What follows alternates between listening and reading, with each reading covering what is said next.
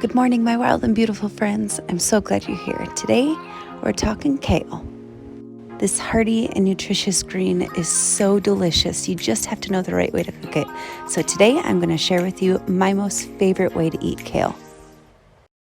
So I've washed my kale and now I'm just pulling down on the leaves of the kale to take out that stem. I'm just getting that little bit out of there.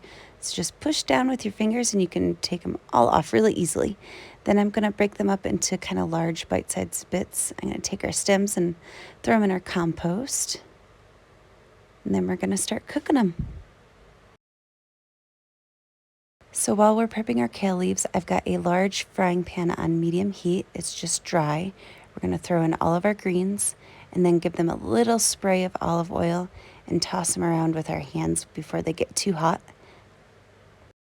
And I know this is going to seem a little weird because our lid does not match the size of our pan, but I'm doing it on purpose. So this is going to help our kale steam, and it also presses down the leaves so we can get a little bit of a char on our leaves, which leaves an amazing texture. So you can see it's starting to steam and turn that bright green, and little bits are getting nice and brown and crunchy. That's exactly what you want. It takes about 3 or 4 minutes to get to this point on my stovetop on medium. Now I'm just going to scooch some of our kale over and we're going to add some more vegetables. We're kind of making like a scramble today. I've got about 3 ounces of white mushrooms. I'm just going to put them on that little spot we've cleared on our pan. 1 pan dish, super awesome. I've also got about 1/4 of a red onion that I've chopped pretty largely. We like this nice and chunky around here. And then I'm going to take that same lid and place it over the mushrooms and the onions and let those steam on out for about 3 or 4 minutes. And look at how those are starting to release their juices. They're getting nice and tender. I'm just going to move them around a little bit. Put that kale on top. Let it help steam up that kale even more. Guys, this recipe, every day I have off, I've been eating it. It's so good. It's so satisfying. The easiest thing to make. Really simple cleanup. It's all in 1 pan. You got to give it a try. Now we're just going to add some seasonings. I've got some garlic salt, pepper, nutritional yeast, and a little pinch of red pepper flakes for a little bit of heat. So I'm letting these just brown up a little bit more. Honestly, at this point, you could eat these veggies and they are so flavorful and crunchy and tender and delicious. But we're going to up the ante just a little bit more. My favorite thing to add to this kale is a little bit of this just egg substitute. We're just going to add enough. It's about a serving that I add to coat all of our kale leaves. So it's not going to be super eggy, but it's going to get everything nice and coated, and it's going to brown up and be even more tender and crunchy and delicious. You really need to try this. I'm also going to sprinkle in some pepper and more nutritional yeast to our egg before we start tossing all of our kale in it.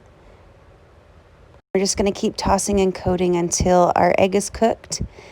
Make sure you get those little bits off the bottom. The little crunchies are like the best. It's a little easier when you're not holding a camera with the other hand. And then I'm going to dump all of our kale and just egg goodness, the mushrooms and onions into a bowl. And I'm going to top it with some fresh red onion for a little bit of crunch and brightness. You can definitely play around with this recipe. If you've got peppers on hand, add those.